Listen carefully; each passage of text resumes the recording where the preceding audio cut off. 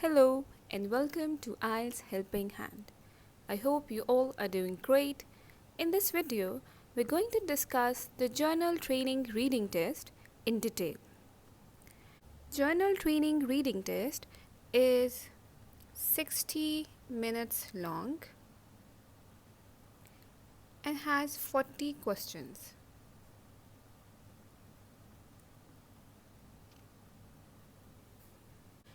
No extra time will be given to transfer your answers from question booklet to your reading answer sheet. So while attempting your paper, manage your time wisely. The reading test consists of 3 sections.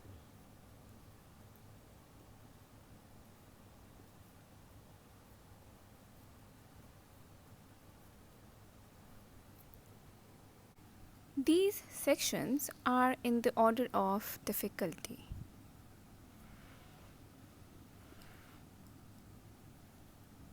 Which means that section 1 is the easiest and last section number 3, is the most difficult one.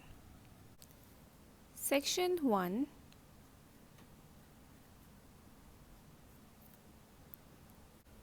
may contain 1, 2, or 3 passages on everyday topics like an advertisement for a hotel, television programs, or sports center facilities. The passages are short and more factual rather than descriptive. Section 2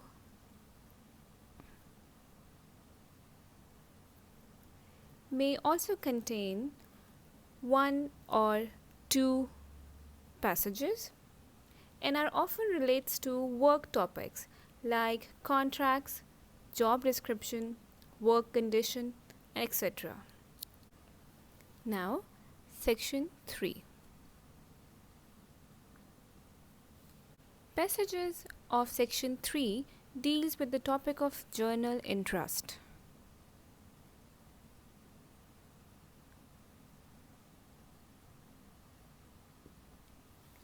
The writing style in section 3 is generally descriptive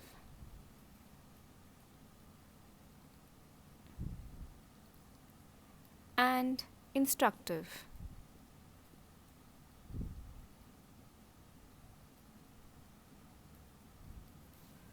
Descriptive means it contains detailed information, and instructive means it has instructions on how to do something.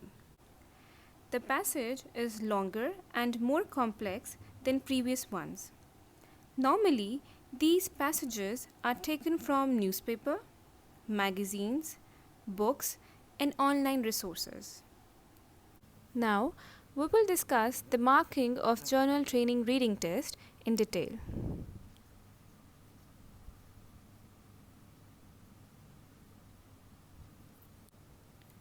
You should be careful about spellings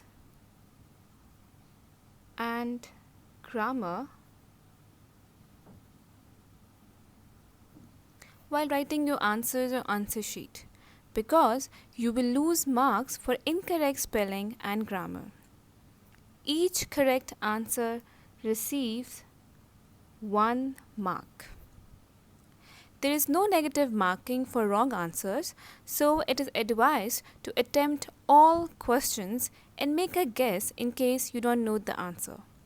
Your final score is given as a band score from 1 to 9 in whole or half bands. On your screens, you can see a list of the scores from band 4 to 9 for Journal Training Reading Test.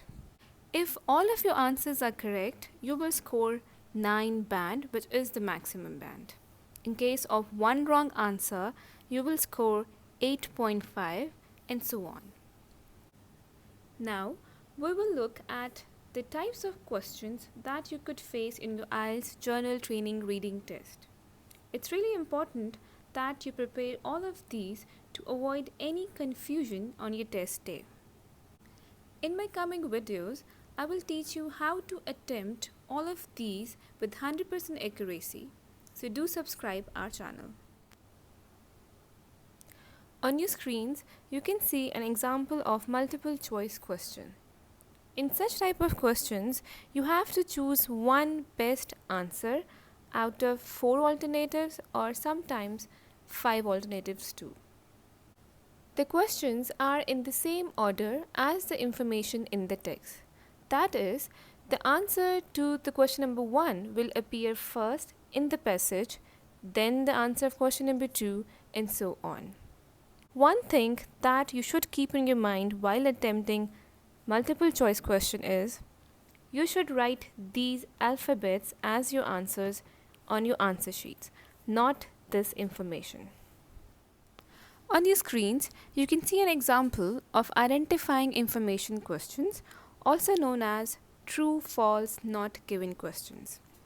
There is a statement on the top saying, do the following statements agree with the information given in section 2?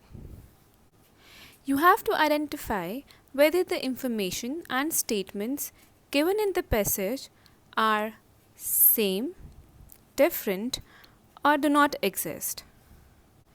The questions are in the same order as the information in the text. While transferring your answers from the question booklet to your answer sheet, please write the complete spellings of true, false, and not given instead of T, F, and NG. In that case, your answer will be marked incorrect. On the screens, you can see an example of identifying writer's views or claim questions, are also known as yes, no, not given questions. You will be given some statements and will be asked, do the following statements agree with the views of the writer in the reading passage number 3? Your task is to find whether it is yes, no, or not given. Basically, the identifying information questions and identifying writer's views question are quite identical. The only thing that differs the two types is that true, false, not given refers to the facts, while yes, no, not given refers to opinions. Now, the matching information questions. The paragraphs given in the question booklet will be labeled as A, B, C, and so on. There will be some statements and you will be required to find where the information in the statements is located in the paragraph. You will be asked to look for small details like reasons, explanations, comparisons, descriptions, or even conclusions.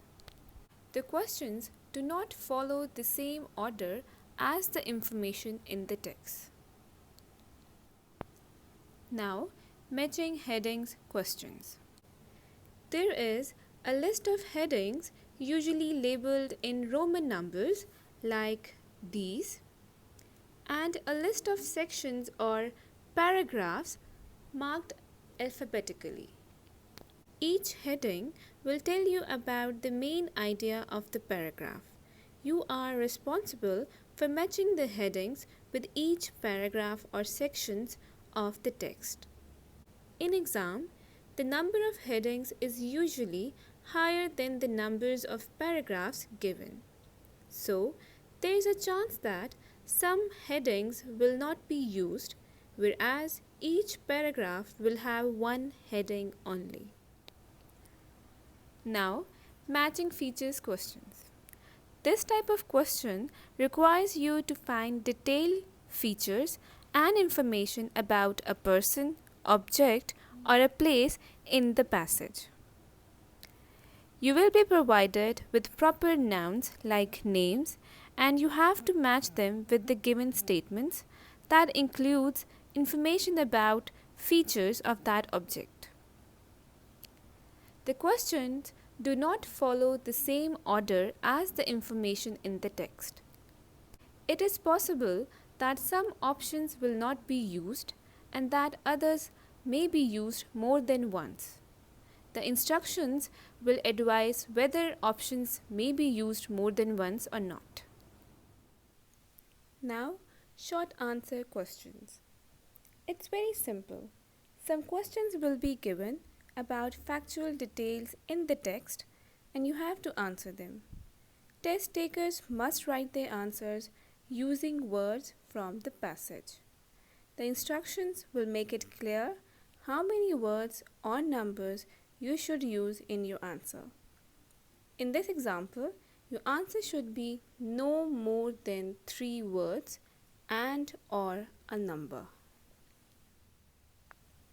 Now, diagram label completion questions. In diagram label completion questions, you are asked to finish labeling the diagram based on the description given in the text. You will be given a diagram describing a process or an object. In diagram, there will be some gaps for you to fill in. These gaps could be steps of a process or parts of an object. The answers do not necessarily occur in the same order as in the text.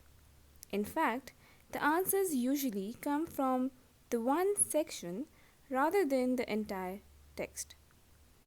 In these type of questions, sometimes you have to find answers directly from the text. But sometimes they give you a box with possible options and you have to find the correct answer from these options. Now, sentence completion questions.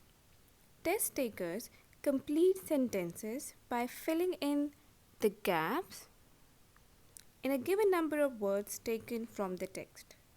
The instructions will make it clear how many words or numbers should be in the answer. Let's read the example. Complete the sentences below. Choose no more than 3 words from the text for each answer. Now, table completion questions. They are very simple. A table summarizes some ideas of a paragraph and some of the information of rows and columns will be missing. All you have to do is to fill in the blanks. The answers will not necessarily occur in the same order as in the text. Now, matching sentence endings. You will be given first halves of sentences and a list of answers labeled as A, B, C, D and so on.